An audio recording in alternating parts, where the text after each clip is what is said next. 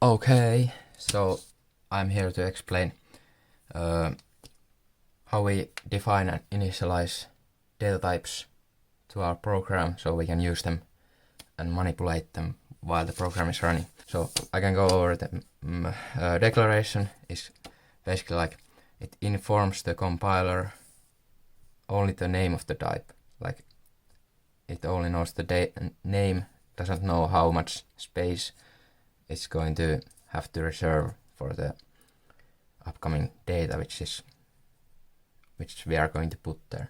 Definition is informing the compiler how much memory it's going to take when we put the actual data into the type into the variable.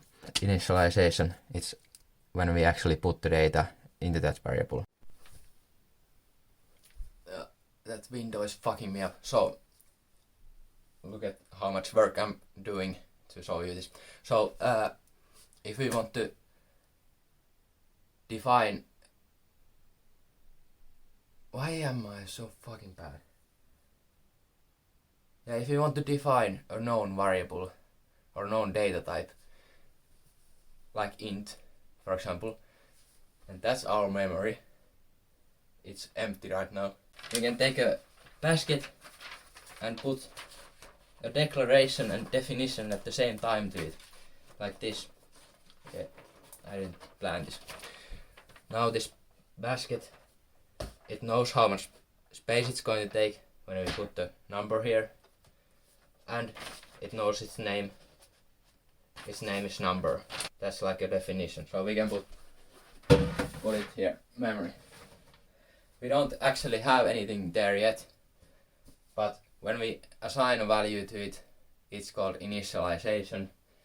For example, when we put number 5 in there, for example socks, let's think that this is number 5. Now it's initialized and the memory is taken because there's socks there. Okay, that's like a definition for an initialization for known data types like int. Yeah, so for custom data types like functions, the compiler doesn't have to know how much memory it's going to take when we first give it a name, and the name giving ceremony is called declaring or declaration of the function. When we say just the function name and what parameters it's going to take, but we don't give it any definition of what it's going to do or anything.